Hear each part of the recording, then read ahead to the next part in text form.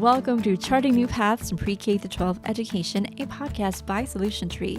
In our authors segment, we invite our new and best-selling authors published by Solution Tree to share their expertise and valuable insights with you. Listen to this segment and add another tool in your toolbox of research-affirmed, classroom-ready strategies to improve student outcomes. I'm your host, Prisma Lopez-Marine. Enjoy today's episode.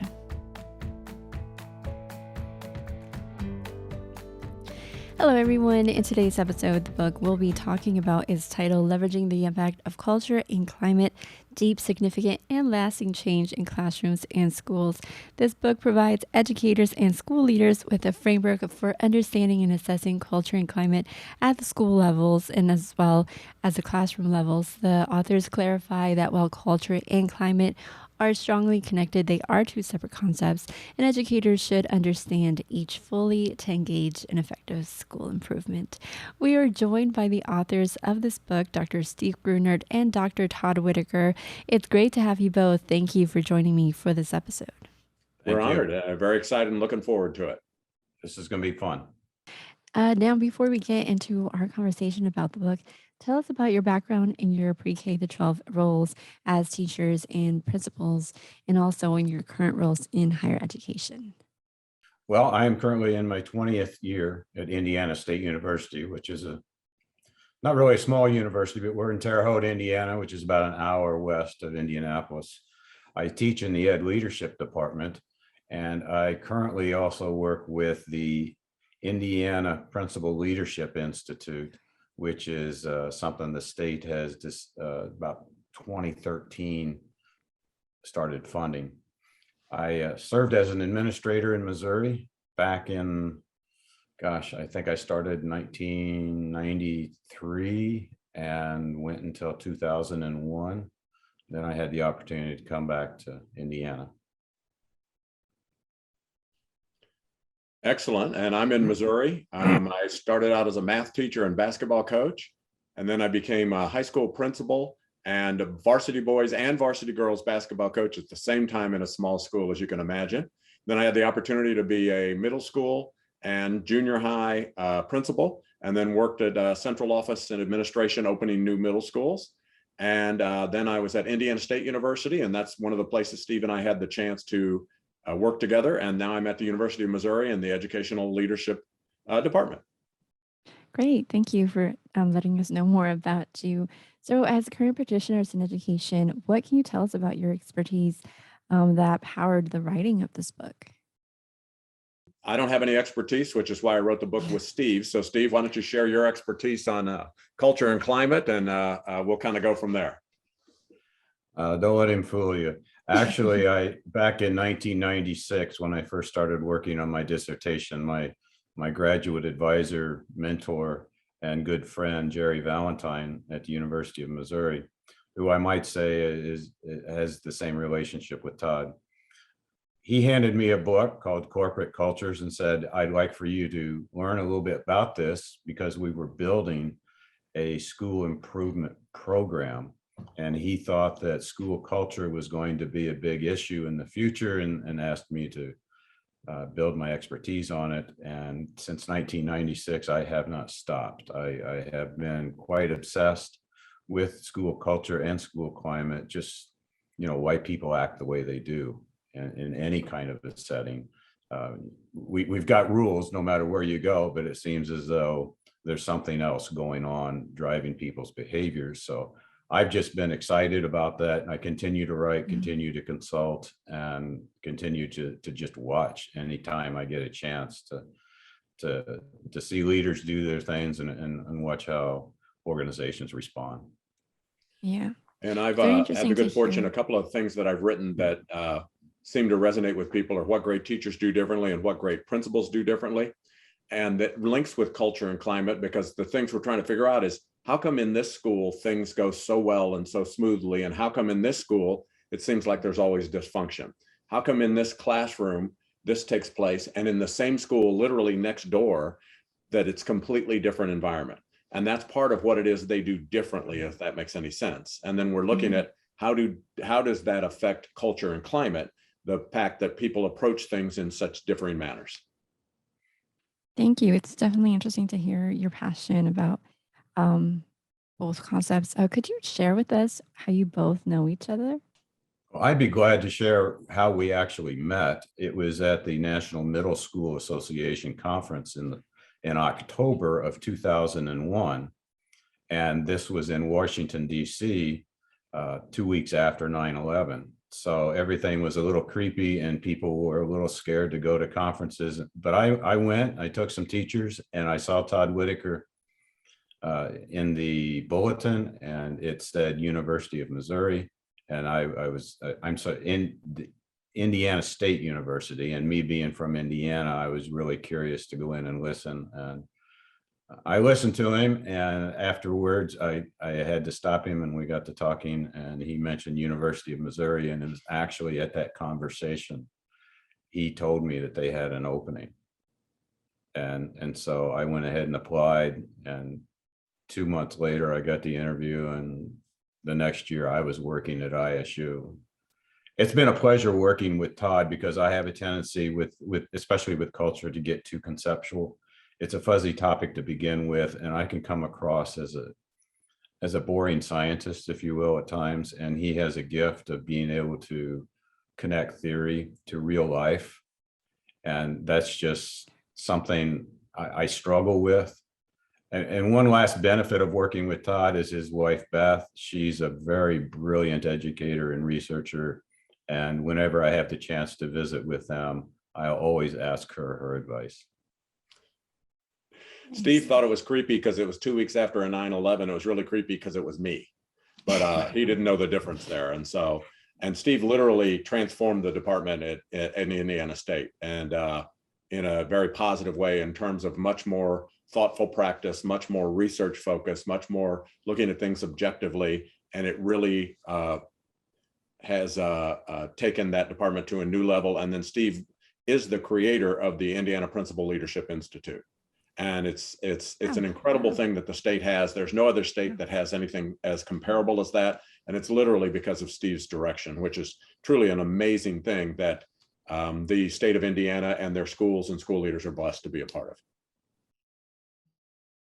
Well, actually, probably 2 years prior, they had something they did for principals in Indiana, but it didn't have a lot of accountability, especially toward the school. It was just a time for some good people just to hang out and have some conversations. And I felt as though it was necessary to bring something like that back, but in a more research-oriented type activity, to where people actually had to create things and show their peers and work with teachers and try to improve their schools.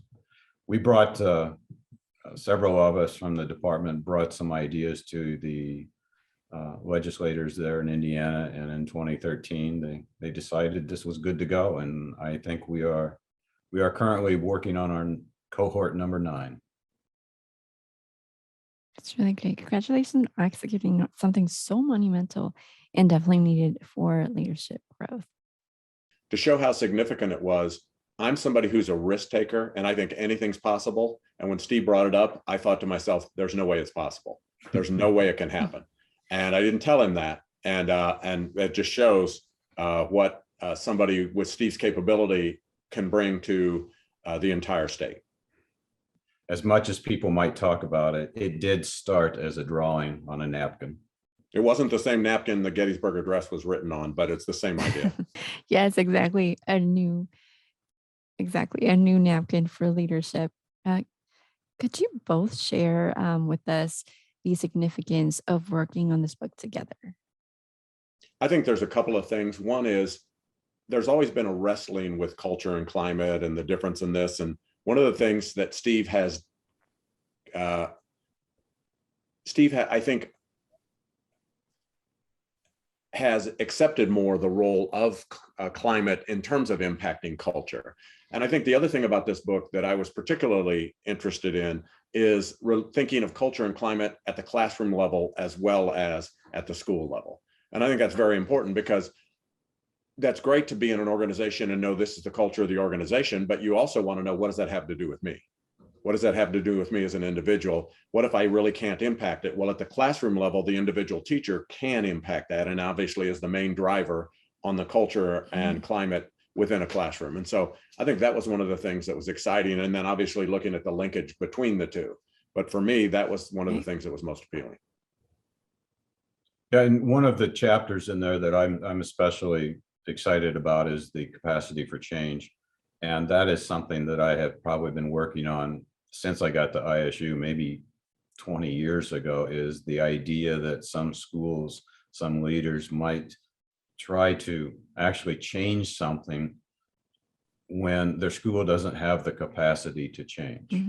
And so rather than waste your time and look silly, I thought there might be a way that we could actually assess a building, an organization, to determine if they are mentally and structurally ready to move forward with the next change. And that's what we tried to create in that chapter. And I'm looking forward to feedback from the field on that. For sure. So speaking of the concepts, and in order to dive into the book's purpose, what do you expect to accomplish with this book? And then why focus on climate and culture now? I would probably argue the biggest reason is that people still get them confused. And they might feel as though if we work on the climate of the building and people start feeling better, they've actually fixed the problems. And I would argue that, you know, you've simply given people aspirin to fix their virus, and we might feel better, but the problem is still there. And can we actually get down to the root of the problem and start addressing that? I'm also concerned these days with the degree to which people address school culture change as if it's just another thing on the list of things to do. Treating it as a fad, treating it as, well, we'll just focus on that this year. And to me, it's brain surgery. It's, you know, it might be one of the last things that you try to do if your school is suffering. It isn't something that you just tinker with once in a while. Yeah.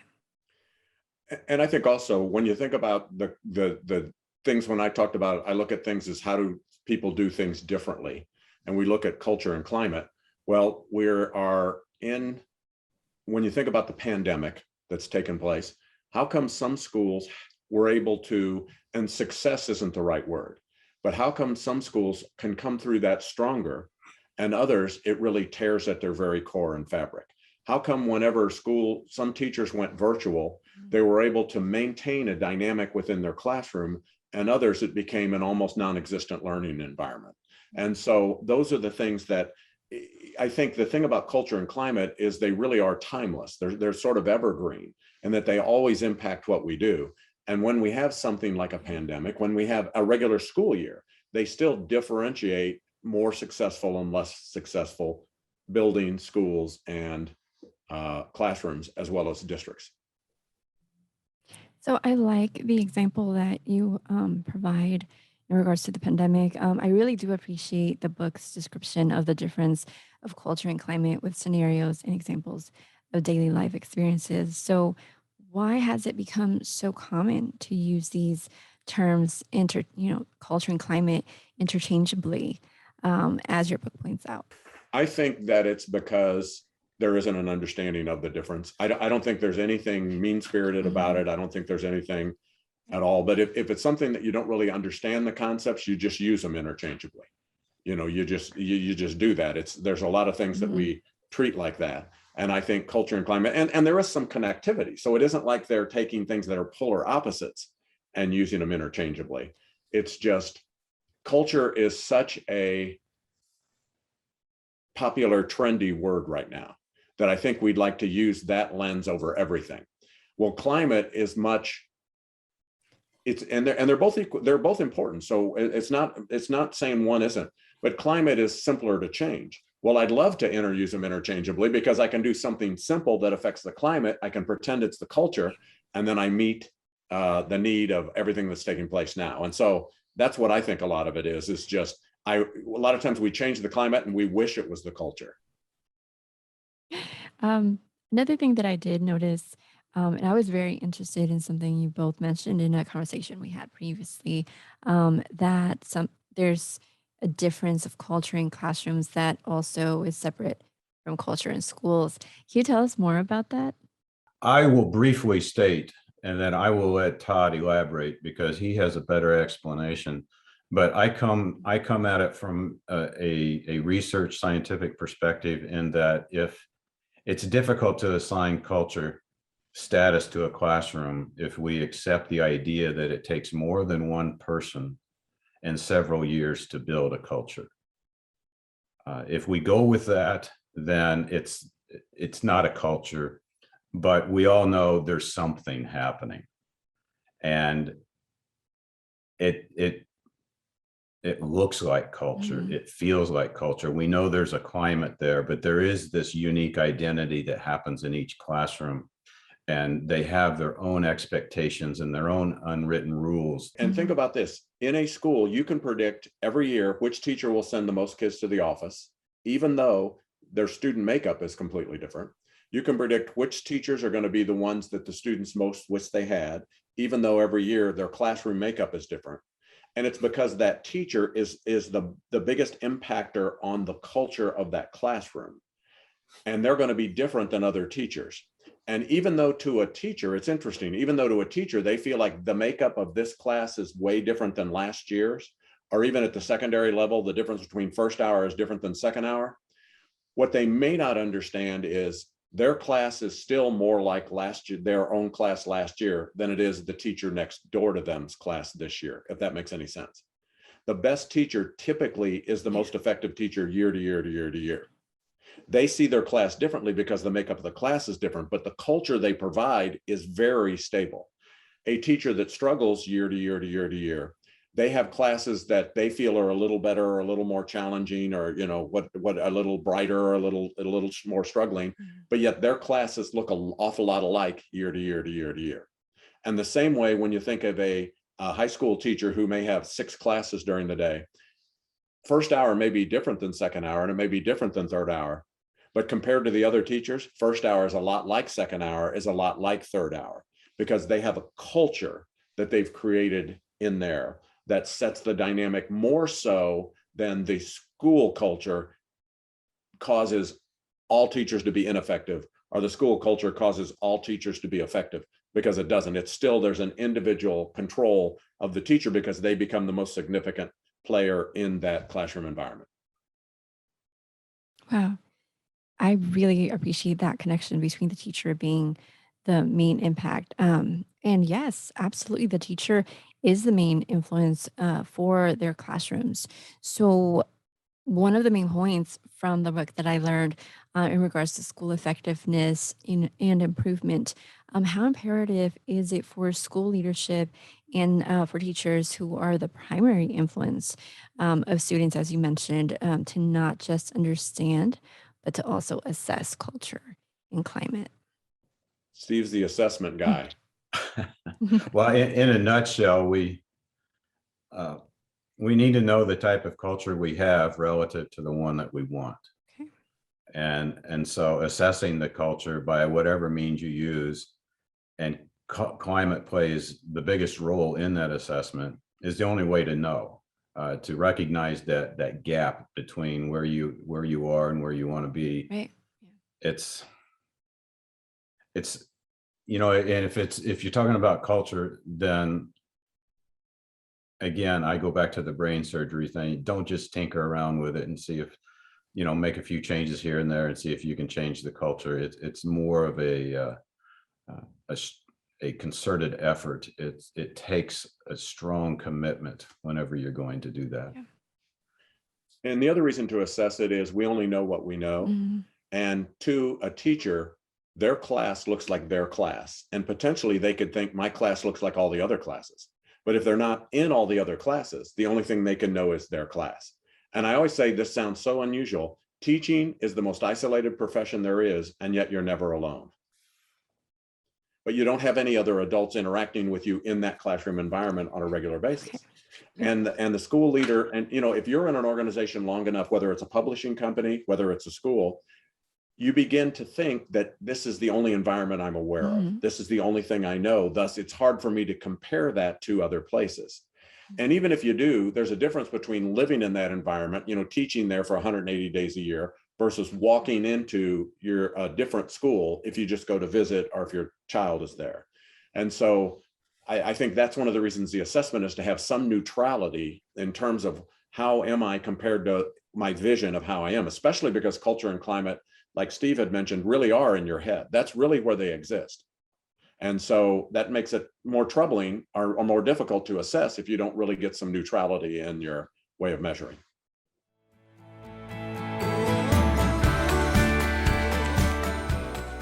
All right, so let's take a look back at your previous roles in leadership, education leadership as former principals. Were these conversations on this topic different compared to now? And then also, have the conversations evolved or improved to move schools forward?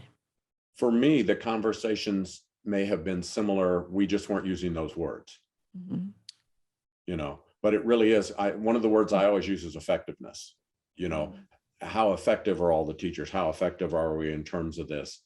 And sometimes, and one of the things that Steve and I say, and it's like a lot of things I say, it seems like I'm joking, but there's enough truth in it that it actually is true.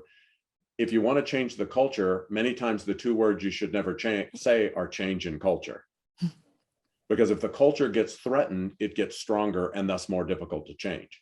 So I think there's an awareness, because back then they used to also talk more about vision, which I think still is a piece of this, that I can envision what I want my class to be like. I can envision what I want my school to be like. And those are critical components if you think about culture and climate, because then you have the vision of what you hope the culture would be at the classroom or school level, and you can compare it to the classroom or school level as what it actually is. And so that's a way, I think, to do that without necessarily using the words of the day, if that makes any sense, of which culture is definitely one of those words that's trendy, even though the cultural concept isn't the least bit trendy. It's as entrenched as anything we have in society. Yeah, I'm finding that more leaders are realizing how the values and beliefs of their people and themselves emerge, evolve, and influence their productivity, and influence all the systems that happen to be in the school. And probably more importantly, how the principal's values and beliefs can facilitate or inhibit the improvement efforts.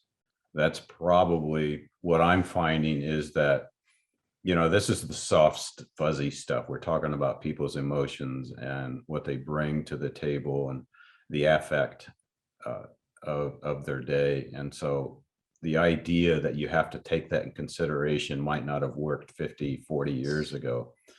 But now the best leaders understand that, I think, these days, and they're talking about it, and they're interested in how they might be able to manage with it.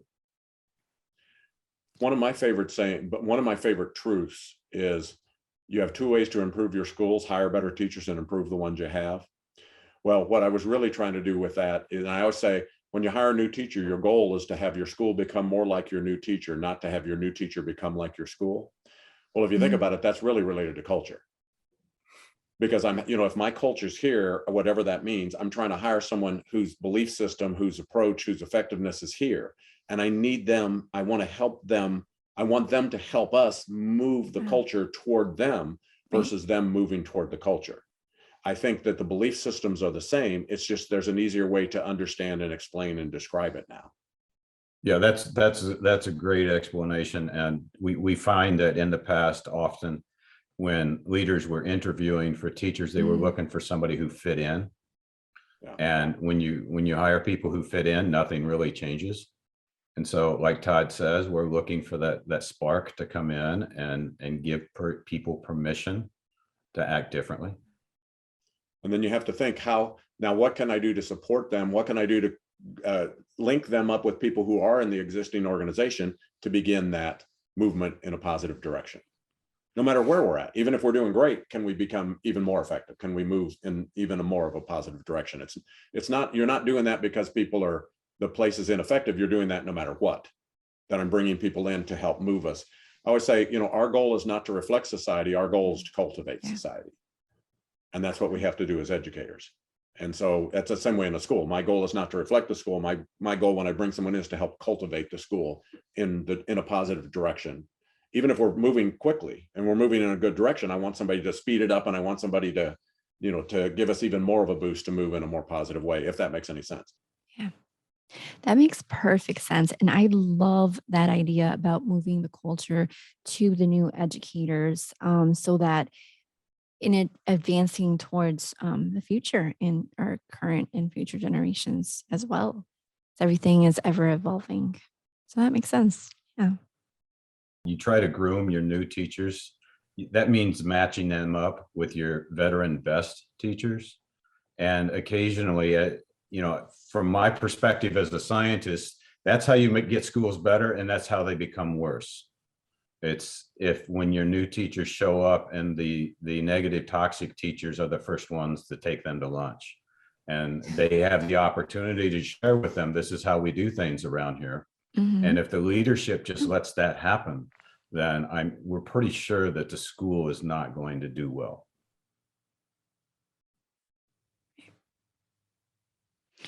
Another thing, how can this book help our listeners? Well, I'd like to think that we're stimulating conversations about how a school can improve and provide the factors that matter when a school is trying to improve. We hope leaders begin to understand the level of effort that's needed and commitment to actually change a culture, and how they might start with the climate. We think about teacher efficacy as one of the things that people feel like has a significant impact on teacher effectiveness. And one of the purposes of the book is to help people at the building level and people in the classroom level to realize, I really can make a difference. I really am the factor that can be the most important factor, not in terms of going it alone, but in terms of realizing, oh, here's a path that I can do to implement to make my school move in a positive direction, to be more successful in a classroom. And I think even the realization that it really is me, that it isn't the commissioner of education, it isn't state legislatures, it isn't people on radio talk shows, it really is me. And I'm really the deciding factor. That can be scary, but it can also be very empowering to realize I do have the ability to positively impact my classroom and my school. And that's a gift we hope to give. Absolutely.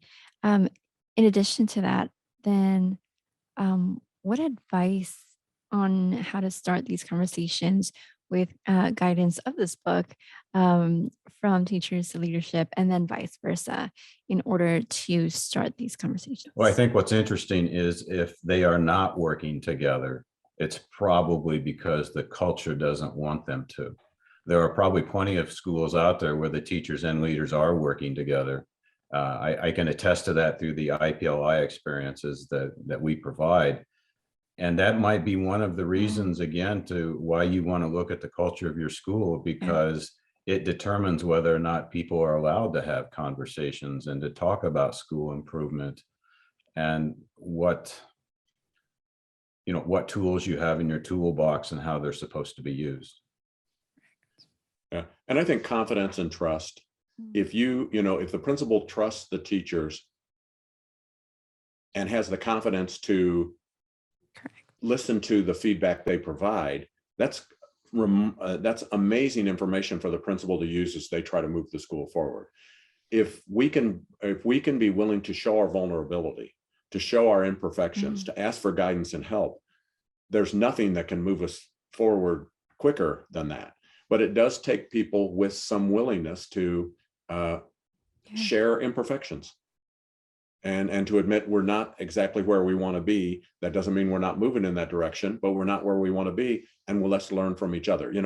One of the beauties of this is if the faculty and staff read the book and the principal reads the book and they share together, what happens is the knowledge of one becomes the knowledge of all. And that really is a powerful environment to be able to influence the culture and climate in a classroom or in an organization. And the same way, the teacher is going to have to show some vulnerability to try to get feedback from their students. Exactly. What can I do? What did I do incorrectly? Did this make sense? Did I approach this? Was I too rude when I shared this? Do I need to apologize? All of those things allow us to get better. Yeah, I think we're trying to build a school where teachers talk about school improvement when they don't have to. Yeah. And the word on the street becomes, if you apply for this school, be prepared to work hard and to be effective. I always say, come to my school because you have a chance to make a difference. And that's what good people want. They want to make a difference. That's why they chose education. So that's a great perspective. Absolutely. Having a blueprint to then analyze strategies to do a long-term approach. I like that. Now, lastly, because you both have extensive experience on this topic and as current practitioners in education, do you ever wonder about the results teachers and administrators come up with by using the strategies mentioned in this book? I would be excited to get any kind of feedback from the field as far as how any of these activities might be generating conversations and helping them to take a few steps forward. You know, you could send me an email and I'd be happy to look at some of the data and maybe have even some conversations with the leadership and talk about next steps. We love it. And my website's toddwhitaker.com. I don't have any people. Steve and I are both on Twitter. I'm at Todd Whitaker. He's at Steve Gruenert. And we would love your feedback, love questions. And it as much as you feel like it might help your learning, it helps our learning too. And we just appreciate you taking a look and would love to hear what you say. We care about schools. That's why we do this stuff. We care about the students, we care about the teachers, and we care about the leaders. And anything we can do to be supportive, that's what we're for. That was great. Thank you so much, Steve and Todd, for just this in-depth conversation about these concepts, about the book in general, and just having our listeners getting to know you more and learn about your passion for education. We appreciate your time. Thank you. We do recommend this book as another tool for your toolbox with teaching and your professional development. Whether you're a new teacher or you've been a teacher for several years, this book can definitely guide pre-K through 12 educators to discover just how to develop and sustain a collaborative culture and promoting that learning for all. So look for the book, Leveraging the Impact of Culture and Climate. It is available in our Solution Tree website, solutiontree.com, and then wherever books are sold as well. At Solution Tree, we share your vision to transform education, and we can help you make this vision a reality. No other professional learning company provides our unique blend of research-based, results-driven services that improve learning outcomes for all students. Thank you for tuning in, and make sure to check us out at solutiontree.com/podcast for upcoming episodes. Thank you for joining us.